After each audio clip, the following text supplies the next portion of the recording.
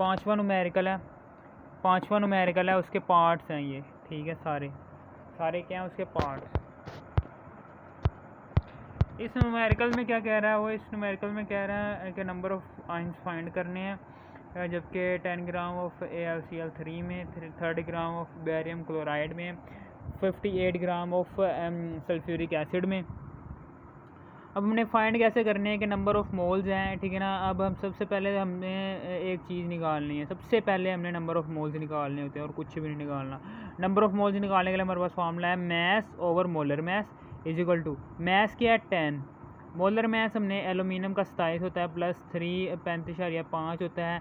फिर जब इसको हल करेंगे, इसको हल करने के बाद 10 को तकसीम कर देंगे इस पर, इसको हल करेंगे, हल करने के बाद जो सा आंसर आएगा ना, 10 को तकसीम कर देंगे इस आंसर के साथ, तो ये जवाब आएगा।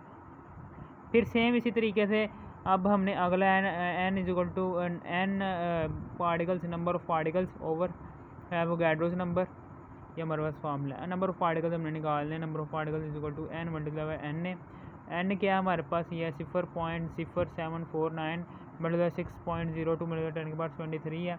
इन दोनों को मल्टीप्लाई करेंगे तो हमारे पास ये आ जाएगा 4.509 मल्टीप्लाई 10⁻22, ठीक है ना। ये हमारे पास आंसर आ जाएगा, कुछ भी नहीं है, नंबर ऑफ पार्टिकल्स हमारे पास आ गए। फिर उसके बाद 30 ग्राम ऑफ बेरियम क्लोराइड,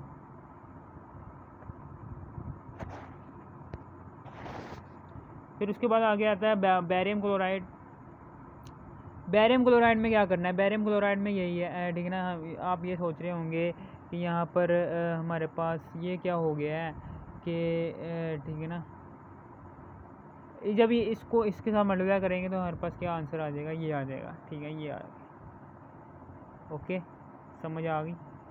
हमारे पास जो सा आंसर आएगा ना, जब हम इन दोनों को मल्टीप्लाई करेंगे ना, हमारे पास जो सा आंसर आएगा उस आंसर में ना एक पॉइंट आगे की तरफ होगा, यानी कि 0.7 कुछ होगा, ठीक है ना। आपने क्या करना है, 0.4509 होगा। अब वो पॉइंट जो सा 4 के बाद लेकर आना, 4.509, इसलिए ये बाएं से दाएं आया, बाएं से दाएं आने की वजह से 23 में से माइनस करेंगे 1 तो ये 22 आ जाएगा, ये आंसर आ गया।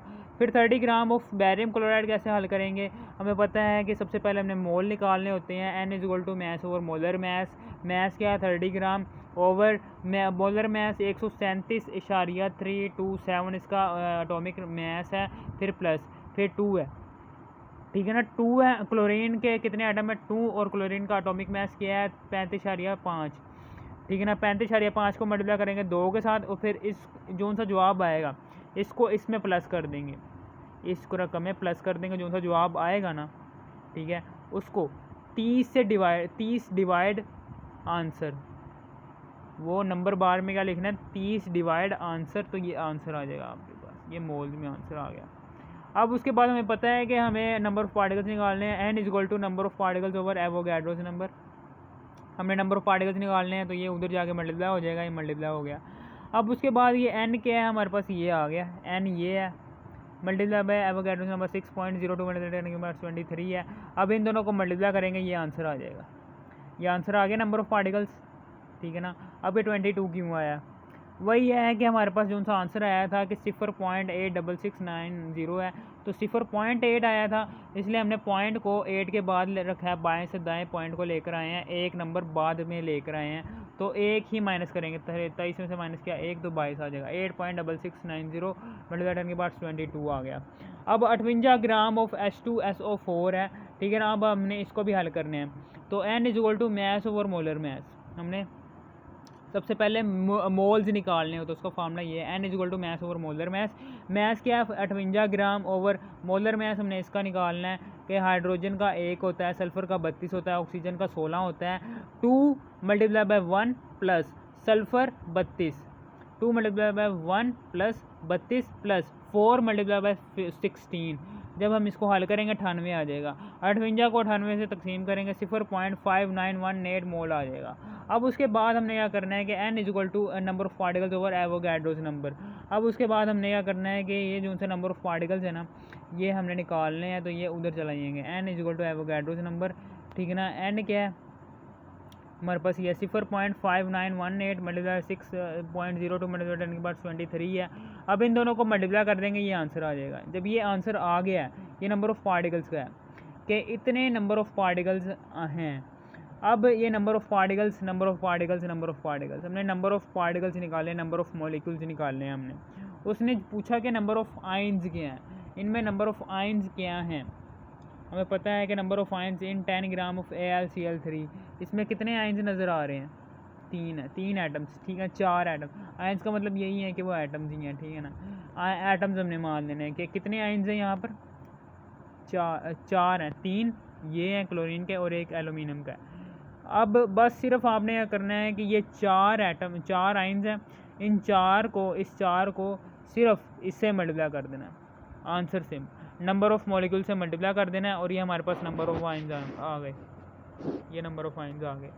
फिर इसी तरह number of ions in 30 gram of barium chloride में जो सा आंसर आया था उसको 2 क्लोरीन के और 1 बैरियम का है। 3 है, 3 को मल्टीप्लाई करेंगे 8.6690 मल्टीप्लाई 10⁻22 से। अब इसको इसके साथ मल्टीप्लाई करेंगे, ये आ जाएगा। अब उसके बाद पॉइंट को इधर लेकर जाएंगे, इधर भी हमने पॉइंट को इधर लेकर आए थे, ठीक है ना। तो ये प्लस प्लस होगा, दाएं से बाएं आया पॉइंट, एक रकम बाद आया तो +1 होगा, ठीक है ना। 23 आ जाएगा। फिर सेम इसी तरीके से number of ions in 58 gram of H2SO4 है।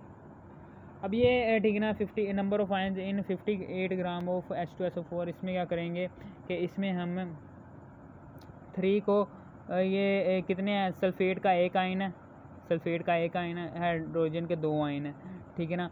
3 टोटल मिला के 3 हो गए। 3 को मल्टीप्लाई कर देंगे इससे, 3.5626 मल्टीप्लाई 10⁻23 है, इसको इसके साथ मल्टीप्लाई किया, ये आ गया 10.0692 है। अब ये पॉइंट को 1 इधर लेकर आएंगे, 1.0692 ये आ गया। इसको मल्टीप्लाई कर देंगे 24 क्यों आया, क्योंकि ये दाएं से बाएं की तरफ आया, इसलिए इसमें प्लस ऐड हो जाएगा, 24 आ गया। समझ आ गया आपको ये न्यूमेरिकल? ये था 3 पॉइंट, ये था 1.5, 5वां न्यूमेरिकल। ओके।